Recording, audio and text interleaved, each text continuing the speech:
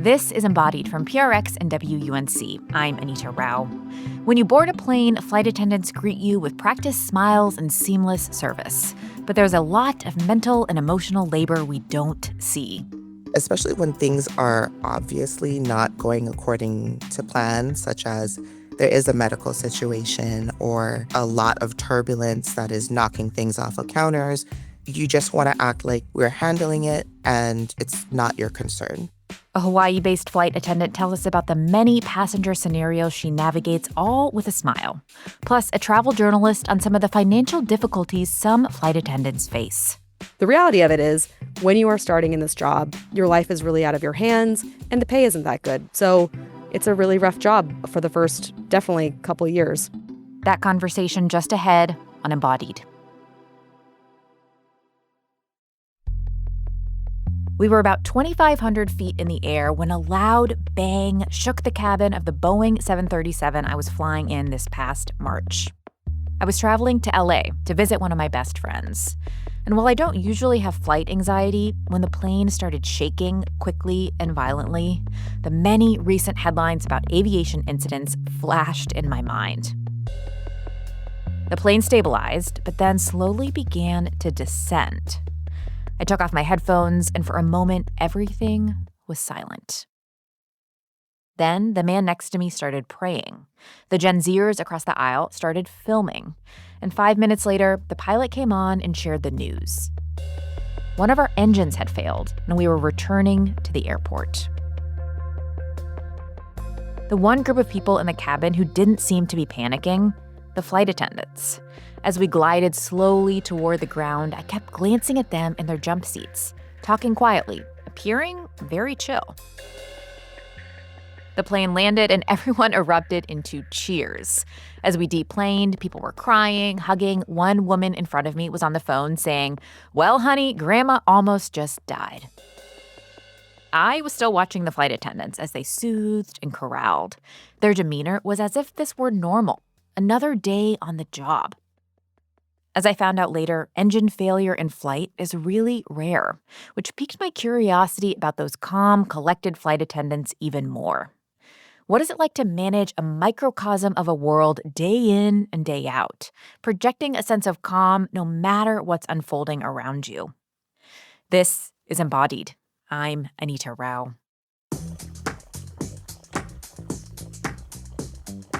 Hollywood has long glamorized the life of flight attendants. They're beautiful, well-dressed people jetting off to exotic destinations and serving champagne. But there's a lot of labor that they do that we don't see. Emergency medical care, firefighting, even therapy. And they do all of that with a smile. Having to be cheery, calm, and helpful at work despite the circumstances is true for many service-oriented jobs. But when you're in a metal tube hurtling through the air, the stakes are a lot higher. So what is it really like to do that job today? And what can it teach us about invisible labor and humanity? We're talking about that with Missy. She's been a flight attendant for almost 5 years and is based in Hawaii. Because Missy is not officially speaking on behalf of her airline, we're just going to refer to her by her first name and not share the specific company she works for. Tell me the story of how and why you decided to become a flight attendant. I actually didn't know I wanted to be a flight attendant. A relative was already flying and I was out of college. I was trying to figure out what I wanted to do. And she said, "Well, why don't you just try it?" I said, "Oh, well, there's nothing to lose." And I didn't get in the first time. And as I was walking to my car after the interview, I was thinking, okay, so next time I'm going to do this, I'm going to do that. And then I was like, I think because I'm thinking of next time, I want to do this. I hear that it can be really competitive. Is that what you're referring to, of like having to apply a couple different times? Yeah, from what I've heard throughout the industry, it's one of the most sometimes strange processes that people have gone through. Oftentimes there are interviews that start with you kind of just mulling around and it seeming like nothing's happening. And then all of a sudden you realize there's less people in the room and they're like, okay, like phase 2 of the interview is going to begin. You're like, well, what even happened? So they're like observing you through a glass or something. There will be people placed on the floor and they are basically seeing if you're the right kind of personality for the job or if you're going to go on your phone or distract yourself. My process wasn't exactly like that, but you went in knowing that you were being judged from the second you stepped into the parking lot. Do you have to like workshop scenarios during the interviews of like how you would act in an emergency landing or anything like that? Yes, they give you scenarios and they just basically, because you don't know what the proper thing to do is at that time, but they want to know what your gut reaction is going to be. They want to see that you are initiative taking, that you just want to solve the problem, and they want to see that you can do it kind of on command because the reality is in a real life situation, there's going to be all this training that we do, but we're not going to know what to do. So they want to know that you kind of naturally have that instinct to not freeze. So you said that kind of before this whole thing, it wasn't like you'd always dreamed of being a flight attendant, but I'm curious about kind of the expectations you had about what the job would be like before you first started. Before I started, everybody knows the things that we see that, you might serve, you might have to enforce some rules and things like that. But I truly went in blind. I just knew that the people that I did know that were already flying, I did never heard them saying something disparaging. So after you got through that application process and actually got the job, what was training like? Training was one of the most nerve-wracking experiences of Really? my life. I guess to put it bluntly, it really makes you face your mortality. We have to do such intense things in such a short amount of time. And you're not only learning about the realities of certain situations, but they're also like, now you're in charge. You who were, you were working retail a week ago, save everybody. Give me some examples of like what you had to do in training. I'm so curious. So all flight attendants, at least in the United States, we're CPR certified. We have to practice knowing how to do CPR on old people, on babies, on regular people. And we hear stories from seasoned flight attendants about when they had to do it and the things that are not the same as a sterile situation with a, little crash looking dummy. We learn about things like if we have to evacuate on land, if we have to evacuate on water, if somebody's unconscious while we're evacuating, if we're in the middle of evacuating and the exit is no longer usable. We learn about what to do if we know that we're not safe to fly as well. Like everything is very safety oriented in these trainings. And I think that's what makes it such a stressful situation for some people, because if you thought you were anxious before you went into training, you have not tested the limits of your anxiety. Well, yeah, thinking about that too of like learning how to tell if you're not going to be safe. Like, what are some of the things that you're supposed to be looking out for about your own body? Fatigue is the biggest one. Our circadian rhythm is destroyed. We have no sense of a time zone. Depending on the kind of flying that you're doing, you're waking up one morning, in your bed, and by the end of your trip, you're halfway across the world and it's tomorrow evening.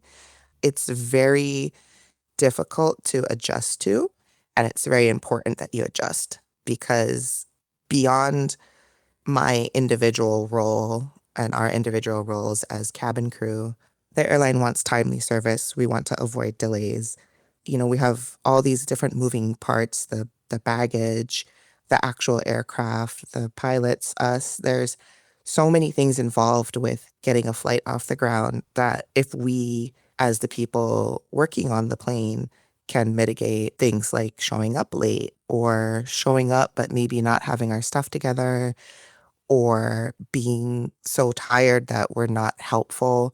Those are things that we have to be honest with ourselves about. And I think it's very different from other jobs that are out there where there's not as much of a desire or a need to be exactly on time or early or make sure that you don't binge watch that show the night before. Right. Or, oh, I'll do it tomorrow. I'll put gas in my car tomorrow. You have to set yourself up properly.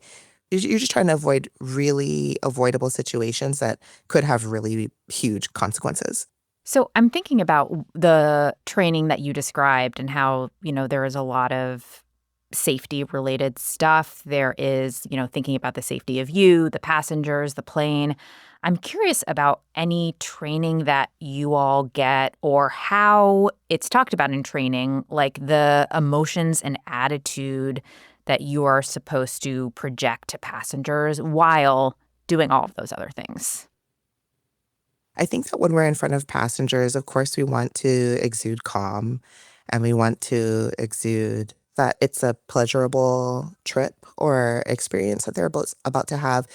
And especially when things are kind of more obviously not going according to plan, such as there is a medical situation or there's a lot of turbulence that is knocking things off of counters, you just want to act like this is something that we are prepared for, we're handling it, and it's not your concern. Yeah, everything's fine.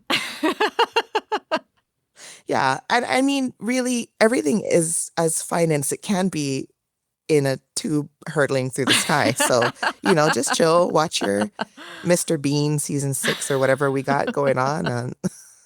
And yeah, and your coffee's gonna be delayed. So tell me about your first day on the job and how the reality of doing it matched your expectations going in.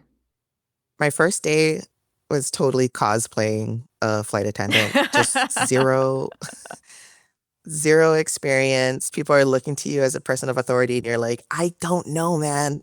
This is the first time I've been in this situation outside of a classroom. Please just sit down and don't ask me anything.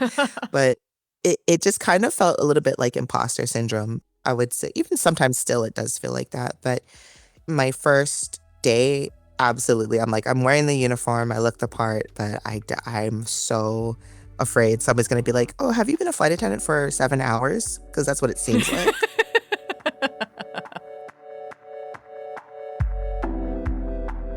Just ahead, we will talk with Missy about how she's learned to deal with combative passengers and how flight attending has helped her work on her people-pleasing tendencies.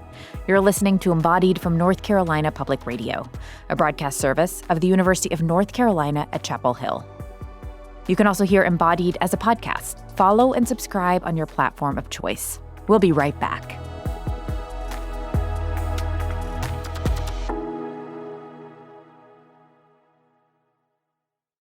This is Embodied. I'm Anita Rao. Flight attendants, as you see them on a plane or in the movies, are cheery, calm, and helpful. And they're expected to present this demeanor regardless of what's going on behind the scenes.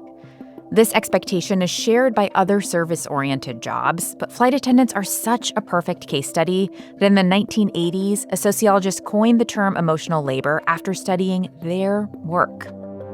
We've been talking to Missy, a flight attendant based in Hawaii, about the training required for her job. She told us about learning CPR and getting used to sleep disruption. But now we're going to really dig into the emotional labor piece and hear about how paying such close attention to passengers has shifted Missy's understanding of human behavior. Missy is not an official representative of her airline, so we're using her first name only and not saying the particular company she works for. Missy said that her work of ensuring a smooth flight starts before folks even enter the plane. When we're at the gate, you're kind of looking around, seeing if anything sticks out. And then once you get on the plane and people start to come on, you're looking for pretty average things like, does anybody have an oversized bag that's just not going to fit?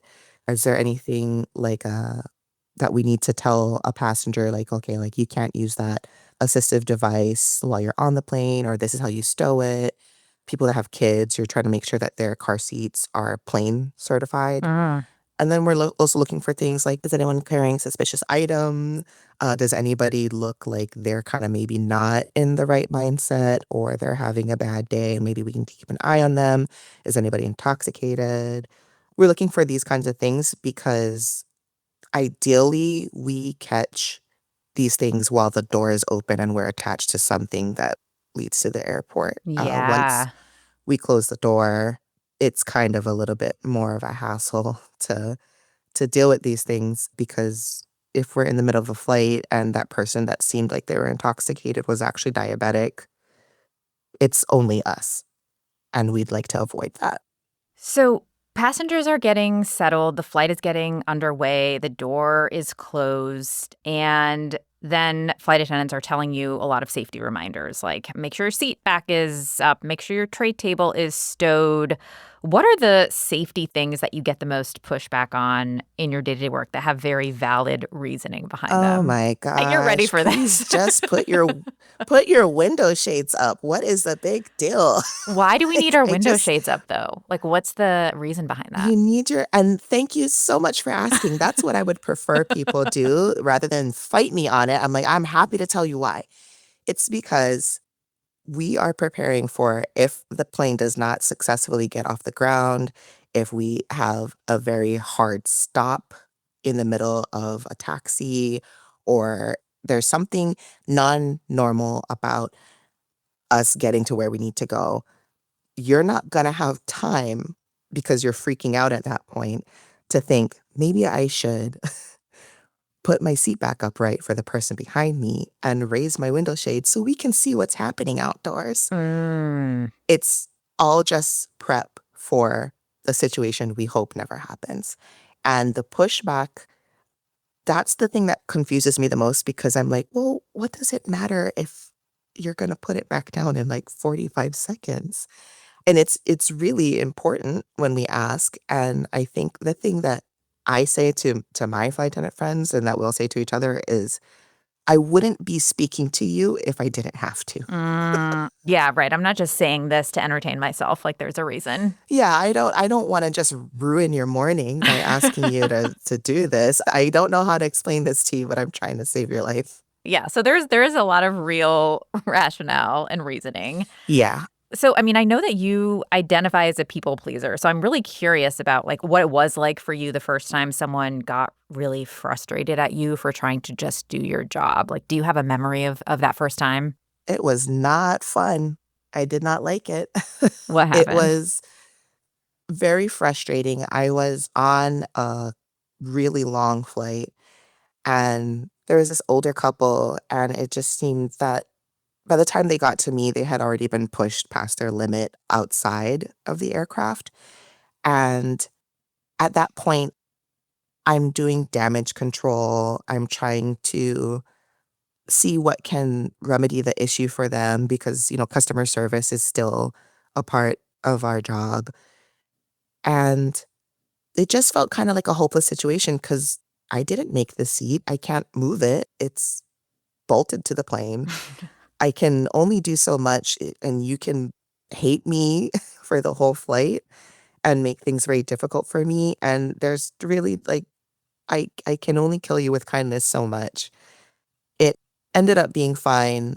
They recognized after they calmed down and got settled a bit that I was trying to help. And they actually turned out to be really lovely people. But that was a situation where, I probably had less than 6 months under my belt and I felt so bad. Yeah. Like you felt bad about yourself or you. I felt bad that there was nothing I could do to change the situation for them, that in a way that felt like immediately rectifying, because what they were upset about, I had no hand in it, but I was responsible for it Yeah. in that time. And that was a very interesting experience for me to have as somebody who's just never had to care that much about somebody's experience, because it's not like in a retail job, which is what I did before. You're not happy. Okay, well, you want to return, exchange, it's a very black and white solution. I'm going to be with these people for like 9 hours. So, they need something to have as comfortable and as pleasant a journey as they can. I want to pull on that thread a little bit with you because I'm curious to hear more about like how the emotional labor of flight attending compares to other kind of service industry jobs. It seems like you have experience in other parts of the service industry. What are some of the big distinctions, do you think? I think that in service-oriented positions, You want to make it pleasant for people because you're selling them a product, you're working for tips. And not to say that it's not genuine as well, but there's other motivating factors to give somebody as good of an experience as you can. In this job, of course, I want people to have a positive experience. I want them to not have worries or anxieties, but also it kind of is safety related as well. Don't want you to already have a heightened sense of anxiety because then if you get in a situation or if the aircraft is in a situation, I don't need that to be added on top of everything and kind of push you over the edge because then that's a secondary thing I have to deal with. Also, and we do get trained on just being aware of this.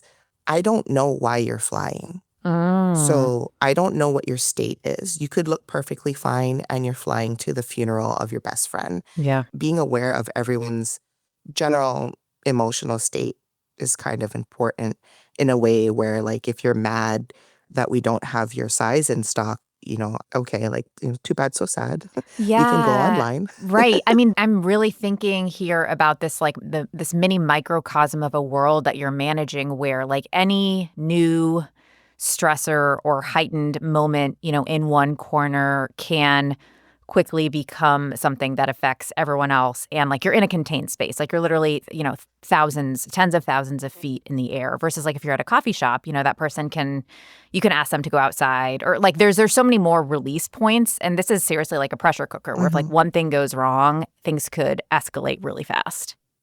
Right. And I think also on the ground, you have so many more opportunities for assistance. Yeah, I right. think in this post 9/11 flying, that has also changed the way that cabins are. Yeah. Obviously, I wasn't flying during that time, but recently another flight attendant told me there's never going to be another one again. And I said, why? And he goes, because the passengers will never let that happen again. Mm, And that's something that I was like, chilling, one. Two, yeah. I think that that's a very valid point that he made that when people are aware, they will change their reaction and their behavior. And I think on the ground, you don't have to think like that so much because, if somebody's destroying a coffee shop or something on the corner, even the average person would know I'm going to call emergency services. And then we can all simply run away from this situation. In the air, it's us. So we're we could be serving sandwiches and then, trying to contain somebody who's maybe having like a psychiatric break or, something like that. How has your own emotional response to combativeness from passengers changed over time? Like, what kind of skills have you built around that in your years as a flight attendant?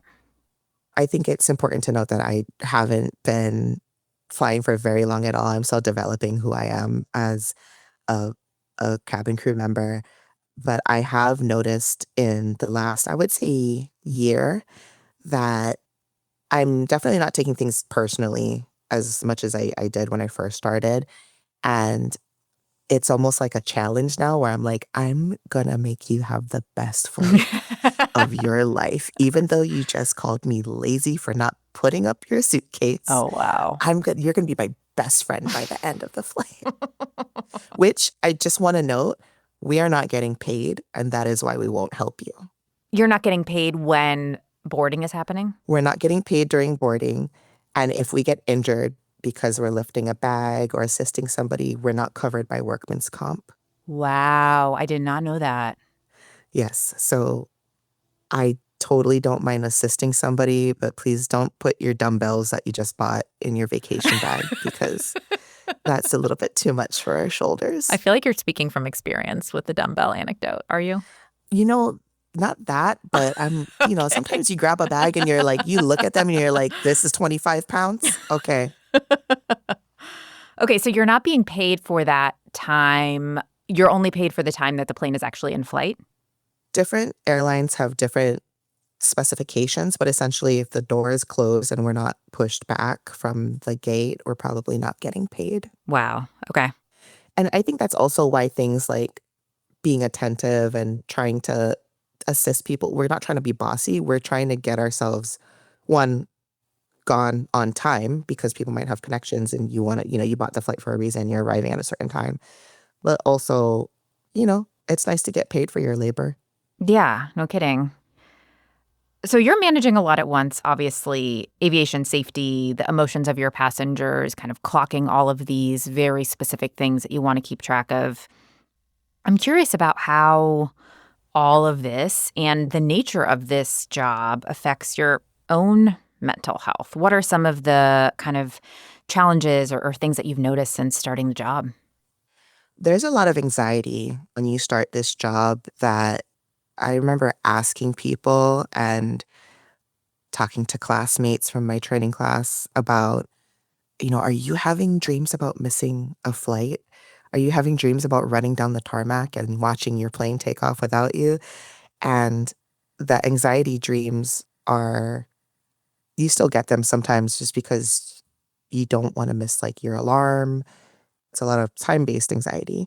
But then also there's things like after, your first flight where somebody needed medical assistance, wondering if you did the right thing, if Mm-hmm. the person's okay, if you could have done anything better. I think that's where the imposter syndrome comes up. Like you just feel like it's not good enough. Also reaching out for help to, for example, a flight attendant friend and starting to talk to them more about like the frustrations and the issues that you have at work. It's not uncommon for relationships also to fail when you're a new flight attendant because it feels like, why are you going to these people instead of me? And the simple answer is like, you don't understand. Yeah.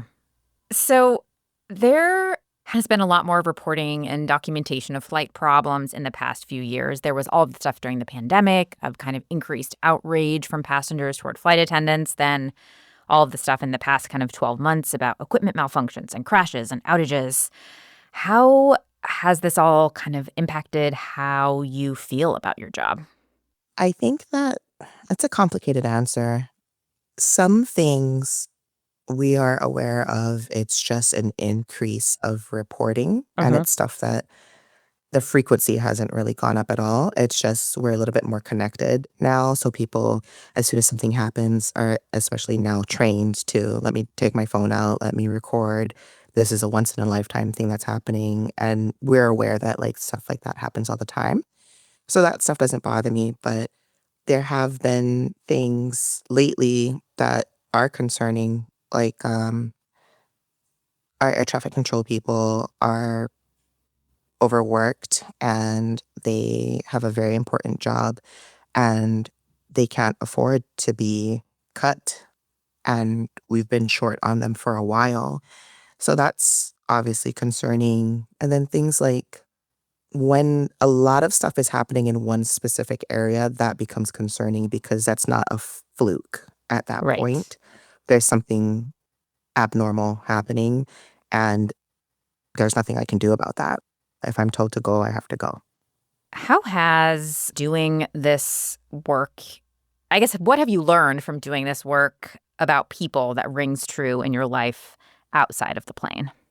I think that it has helped me kind of start hanging up my badge as a people pleaser Mm-hmm. because the reality is if somebody's chosen to have a bad day or that they don't like you and you really haven't done anything to them and you've been trying to help them or put a little extra sauce on things for them and it's just not working, we are ships passing. So I think it's been learning how to let things roll off your shoulders and understanding that that doesn't mean that you're a bad person. It just means that you're also a person that deserves to have a good time. Totally. What has doing this job done to your relationship with friends and family outside of work? Like, do you have, in terms of your schedule, like, are you able to kind of maintain those relationships and connections? I'm very lucky in that even before this job, I've had a wonderful group of friends and our friendships have been very strong. And I've had friends that have been long distance in other countries across, the United States, and we still have very strong friendships. The thing that has changed is I see their faces a lot less. Mm. And that's something that kind of crept up on me where I'm like, I've talked to you every week for the last 3 months, but I haven't seen you for half a year. Yeah. And, you know, since this is a job that people, if you like it, you tend to stay a very long time, you learn a lot of, like, one of my parents had a stroke and I was in Phoenix and I had no idea until I landed. I just, you turn your phone on and you have like 17 missed calls and texts, and you're like, okay, so something's Hmm. not right. And at that point, you just have to deal with it and hope that, someone back where you live has got a handle on things. It's that kind of stuff is difficult, and you have to temper it with knowing that there's nothing you can do. Worrying about it is just going to make you lose sleep. You can't be exhausted and you can't go back home because you have to work it back. Or you have to be able to tell yourself, I'm clearly not fit. I need to call somebody and get home as soon as possible. It makes you realize how important people are in your life and what you're willing to do for them. Like, I know very cut and dry now who I would fly halfway across the world at a moment's notice for. And I know who I wouldn't. And I think that's how it's changed. Things just become sharper and clearer to you. So as you think about your future, you mentioned that kind of people stay in this career for a while. Is that something you see for yourself? For the time being, yes. I love this job, and I always tell people my worst day at this job is still better than my best day at some of my other jobs. Mm-hmm. So at this time, I can't imagine anything like this. Like I said at the beginning of us talking, I didn't want to do this at first.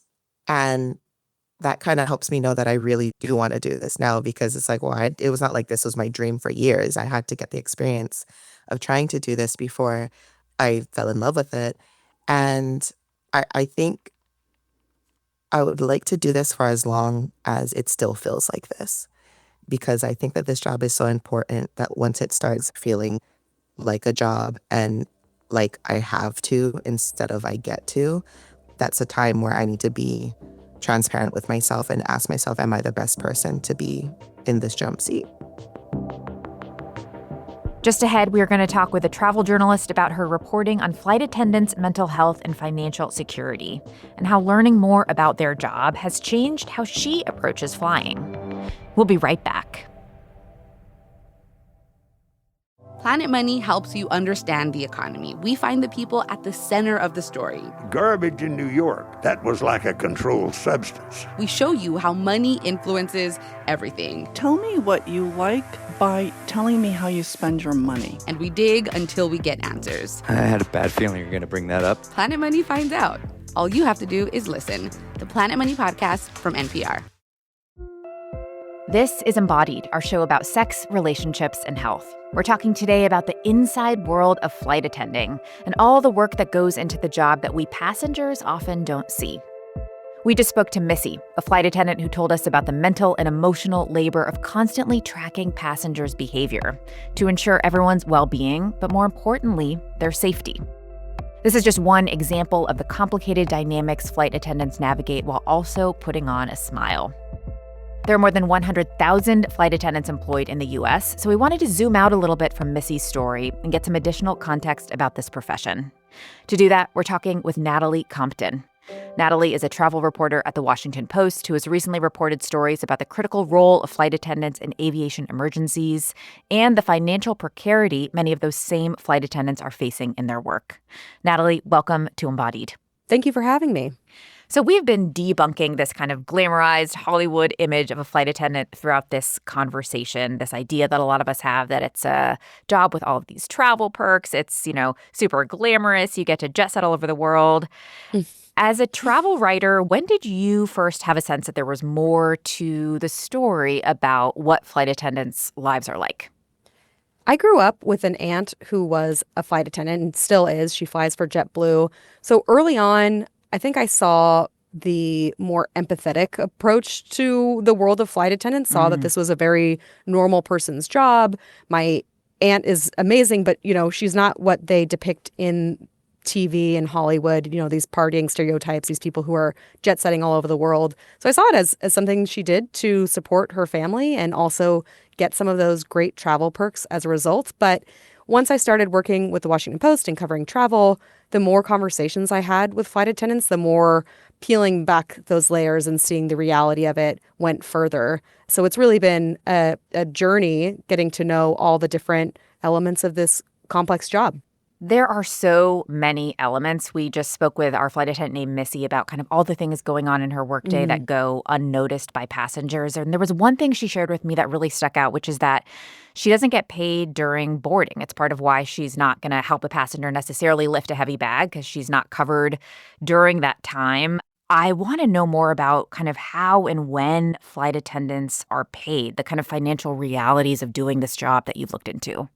I think that is a huge shocker for a lot of travelers. Yeah. And, they are getting upset in the gate being like, why is my flight delayed? The flight attendants are also pretty upset. They're not getting paid yet. So everybody should calm down, take a beat and know we're all in this together. But for some airlines, it's, the plane releases the brake. You start getting paid a certain amount. For some, there's no pay during boarding. For some, it's a fraction or, half of your hourly rate might be for boarding. And I think right now in this time of people being more aware of the world of flight attendants, we're starting to see airlines pressured into paying for boarding. So that's been a nice change to see. Just recently, United and their flight attendant union came to an agreement in contract negotiations that included more boarding pay. So we're seeing that change. But for a lot of flight attendants, they are not getting paid during that time, which is arguably one of the most important parts of the job. They're checking for, is the door secure? Are passengers in a good headspace? Does anybody look like they need extra help? And like you said, if they help you with luggage, that is putting them at risk for injury. So they're really not supposed to, but it's something that they're human. They want to help people. They often still do. There is a lot of incentive in the airline industry to work for a long time. You get more perks, you get better benefits the longer that you have been working. The flip side of that is that it can be really hard to make it work when you're first starting the job. Tell me about some of the kind of financial aspects of beginning to become a flight attendant and some of the stories you heard about people kind of getting into the work. So last year, I came across a press release from the Alaska Airlines Flight Attendant Union that was a result of a study, a survey they had done of their members. And a statistic stuck out to me. It was like 8% of the participants who answered the survey had experienced homelessness or living out of their cars or needing food stamps or other government assistance. And that really shocked me because, like we've said, this seems like a very good job. I know flight attendants who are thriving and feel very financially secure. But once I started digging into this story, I talked to lots of flight attendants who spoke about in the beginning, for many of the airlines, you are not paid during your training. That's a setback. Then once you do start working, you have complicated hours. You're not sure what your schedule is going to be from week to week. So you can't really pick up a normal second job. I talked to flight attendants who are working Uber, Lyft, gig work like Rover or other dog walking services to try to make any extra money while they start at this much lower rate than your senior flight attendant who gets to choose their hours and their routes and have that comfortable seniority. But the reality of it is when you are starting in this job, your life is really out of your hands and the pay isn't that good. So it's something that people don't realize. Again, I keep bringing up the when people get frustrated at airports because flight attendants are not only first responders, they're also the first and only representation of the airline that people see. And often people unload on them, which is a lot. So they are often very tightly strapped in the beginning. If they don't have a partner or they have children that they're supporting, it's a really rough job for the first definitely couple of years. Is this a new problem, or have flight attendants long been underpaid when starting out in their positions? We're seeing, when I talk to some people who work at ultra budget carriers like Frontier, those jobs are definitely getting worse when it comes to pay. They aren't going for the same, I'm going to be a career Delta flight attendant, having this incredible benefit package that comes with this job. For some of these lower budget airlines, it is not glamorous. It is much more like gig work pay to them. And yet it comes with this extreme lifestyle change. So that is new. These kinds of airlines are new. Although when I was reporting on the story, talking to people who have been in the field for a long time, they say we've been fighting for better pay since the beginning. We've been fighting to have this job seen as a respectable profession, too, because of those sexist roots of the airline selling their young, available stewardesses as a perk of flying with them. They want to say we are security professionals. We're here as first responders. This is a real viable career option. But no, the talk of very low pay is much newer. So you mentioned earlier your personal family experience and how that shaped your understanding of some of the maybe less visible work that flight attendants are doing, the emotional work, the kind of empathy that they are required to bring to the job. What are some of the stories that stood out to you in your reporting about the emotional labor of flight attending? Right after the pandemic, and as people started flying again during the pandemic, we saw this extreme uptick in unruly passengers. And I'm sure you've seen the headlines. People have seen the videos on social media of people freaking out on flights, attacking flight attendants. That is definitely playing into people's mental health. Flight attendants have access to air marshal trained self-defense classes. They get self-defense and de-escalation training when they are learning about the job, too. I think people aren't realizing this part of the job is dealing with people who might be under the influence or might be having a mental episode. That's a very scary position to be in when you're on a plane. But something that was interesting that a flight attendant just told me at the Delta Flight Attendant Training Center was there is now cultural awareness of this problem. And she's felt heartened by other passengers just having more situational awareness and looking out for flight attendants and stepping up if somebody is getting out of line. So that was kind of a silver lining to a dark issue. But the other things that people really don't see about this job are the extra time that goes into it before they get to the airport. A lot of flight attendants commute to work, which means they have to fly standby from a place where they can afford to live or where their families are based to get to Boston to be able to fly the route that they are assigned. They are spending hours and hours and hours on planes and in airports waiting to get to the job, getting there, their flight's delayed. They put a lot of time into this job that people really don't see. So it's exhausting. Then they fly. Then they have to get home like everybody else. And I really empathize with the emotional and physical exhaustion that comes with this career. One of the things that really struck me in talking to Missy was about, during the training process, you're trained for as many scenarios as you can be, but there's also, only so much you can be prepared for. And as soon as those doors close and you're in this kind of metal tube, like you're really responsible for whatever happens. Like there's no escape valve when you're like tens of thousands of feet in the air. So talk to me about your experience embedding with Delta flight attendants training and kind of what struck you about, I guess, like the ways that they are taught to manage this environment.